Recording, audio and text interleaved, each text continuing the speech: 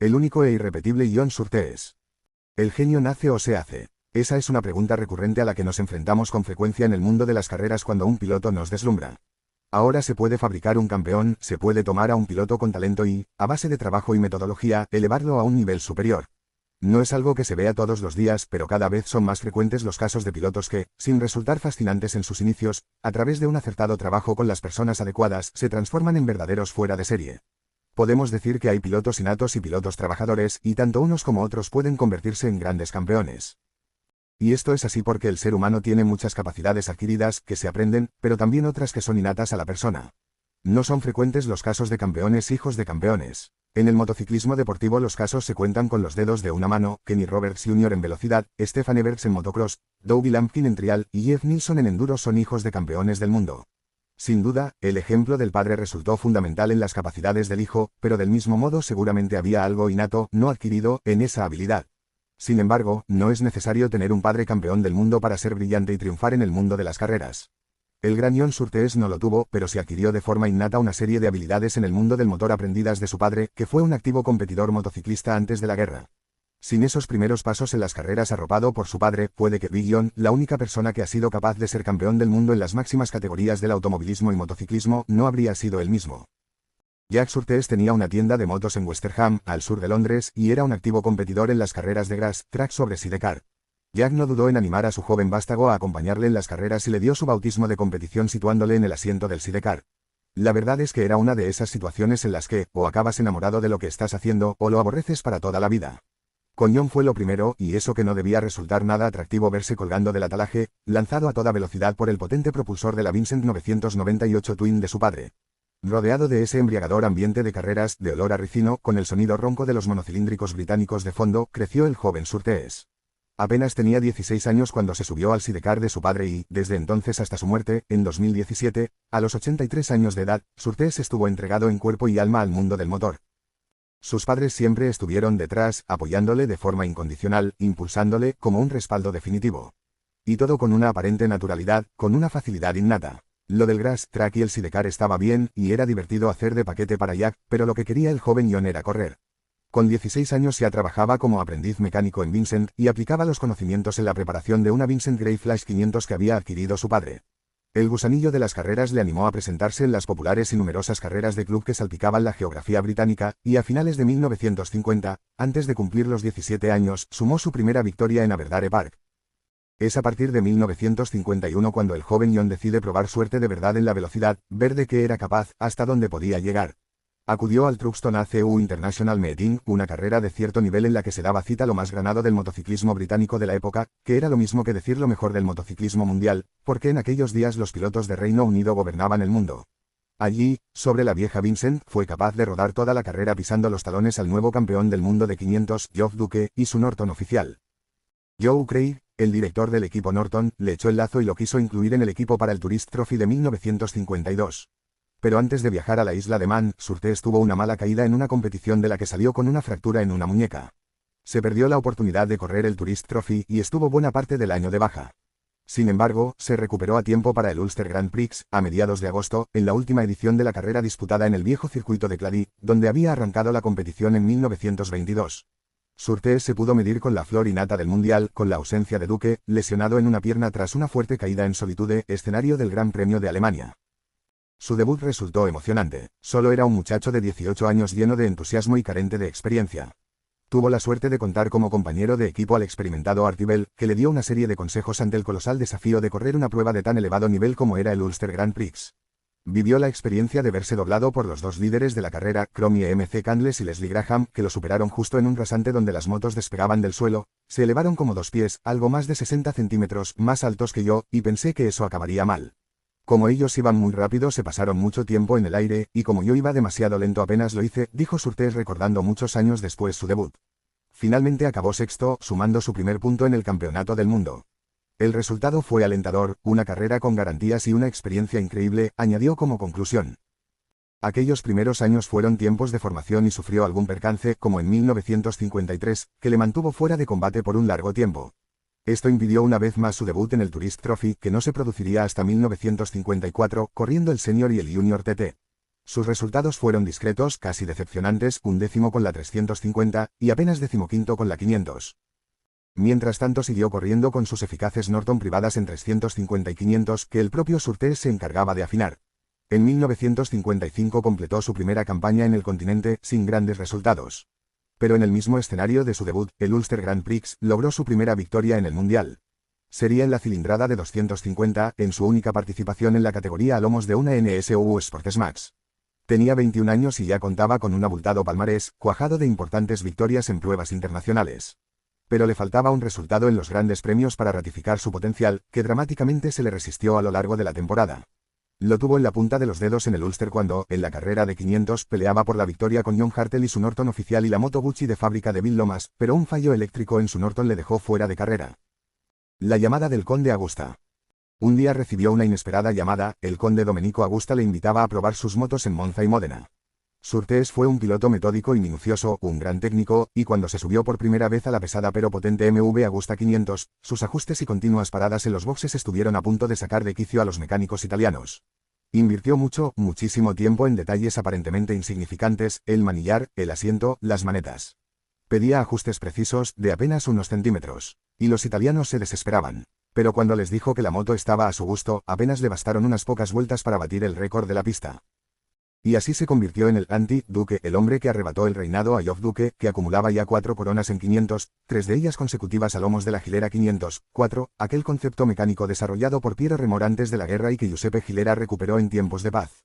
La verdad es que, en su primera temporada con MV Agusta en 1956, Surtees lo tuvo más fácil de lo previsto, porque a resultas de una sanción impuesta por la FIM a varios pilotos por el boicot realizado en la carrera de 350 del Gran Premio de Holanda de 1955, fueron suspendidos 17 pilotos, entre ellos Geoff Duque, Greg Armstrong, Umberto Massetti y Giuseppe Colnago, los 4 primeros de 500 en 1955 y otras estrellas notables, como John Ahern, Bob Brown o Alfredo Milani. En un calendario que solo contaba con 6 grandes premios, para la mayoría de los pilotos aquellas sanciones supusieron perderse media temporada.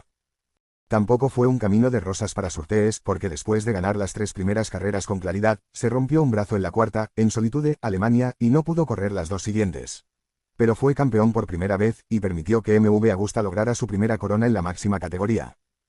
Con su entrada en MV Agusta, Surtees dispuso de un material adecuado para explotar su indudable talento. Pero en 1957 las circunstancias se pusieron en su contra. Afrontó de nuevo 350 y 500, aunque sus salidas con la 350 fueron finalmente escasas. En 500 se tuvo que enfrentar a inesperados adversarios, Bob McIntyre y Libero Liberati, ambos con Gilera. El esperado duelo con Duque no se llevó a cabo porque este se cayó en Imola a principio de año y arrastró una lesión toda la temporada. Surtees empezó con averías y en el Tourist Trophy no pudo con McIntyre, en su famosa vuelta rápida a más de 100 millas por hora de media, el primer hombre que batía esa marca. Solo ganó en Assen, y hasta en su feudo del Ulster la suerte le dio la espalda. Liberati ganó el título y Surtees fue tercero. Estaba insatisfecho, era tan exigente que no se podía permitir semejante resultado y estaba dispuesto a dejar MV Agusta, una posición envidiada por la mayoría de los pilotos, si conseguía dar con una moto que le ofreciera mayor fiabilidad. Recibió una llamada invitándole a probar en Mandello del Lario la moto Gucci 500 V8, una maravilla técnica capaz de seducir a un piloto tan meticuloso y perfeccionista como él.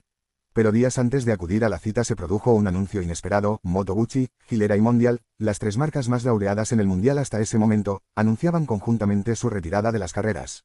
Fue el conocido Pacto de la Abstención, una iniciativa a la que, aparentemente, también se tendría que haber sumado MV Agusta. Pero no lo hizo, y esta decisión del conde Agusta fue esencial en el devenir de la historia del Mundial. Surtees no acudió a su cita con Moto Gucci y permaneció fiel a MV Agusta. El resultado fue excepcional porque, en las 3 siguientes temporadas, el piloto británico dominó con absoluta superioridad las categorías de 350 y 500, alcanzando 7 títulos mundiales. Surtees lo ganó prácticamente todo durante esos años. Sería tan simple como injusto decir que lo hizo porque disfrutaba de motos muy superiores al resto.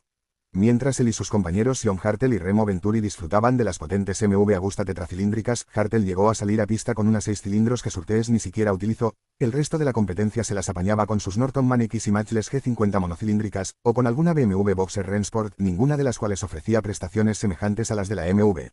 Pero decimos que sería injusto simplificar todo en esto, porque en sus 3 temporadas de gloria Surtees corrió enfrentándose a sí mismo, batiendo sus récords precedentes y sus registros temporada tras temporada.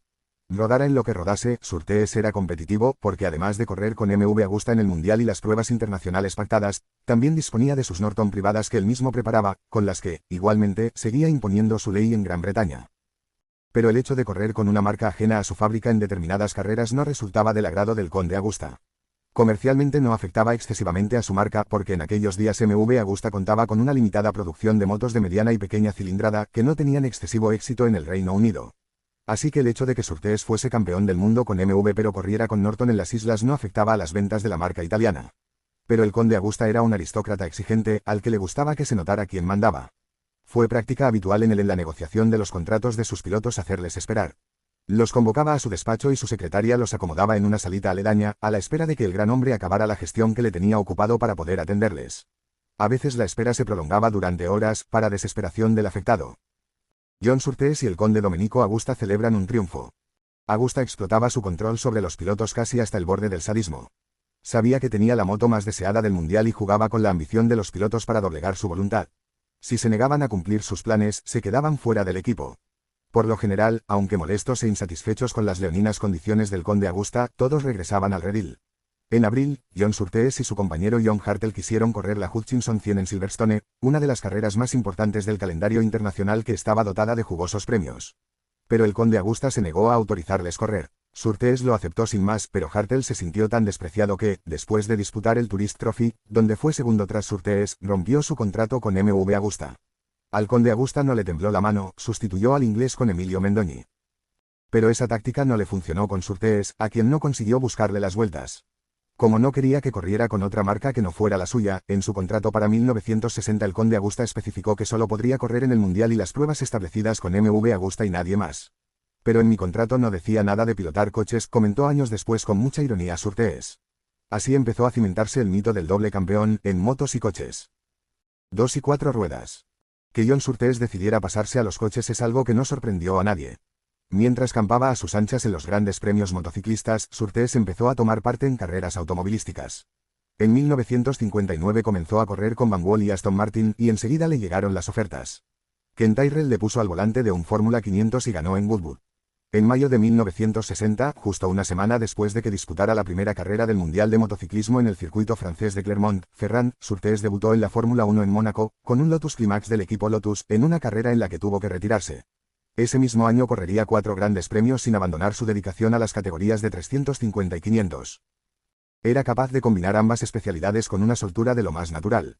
Su calendario de carreras en 1960 fue increíble: 22 de mayo, Gran Premio de Francia de Motociclismo, 29 de mayo, Gran Premio de Mónaco de Fórmula 1, 17 de junio, Tourist Trophy, 25 de junio, Dutch CT, 3 de julio, Gran Premio de Bélgica, 17 de julio, Gran Premio de Gran Bretaña de Fórmula 1, 24 de julio, Gran Premio de Alemania, 6 de agosto, Ulster Grand Prix, 14 de agosto, Gran Premio de Portugal de Fórmula 1, 11 de septiembre, Gran Premio de las Naciones, y 20 de noviembre, Gran Premio de Estados Unidos de Fórmula 1.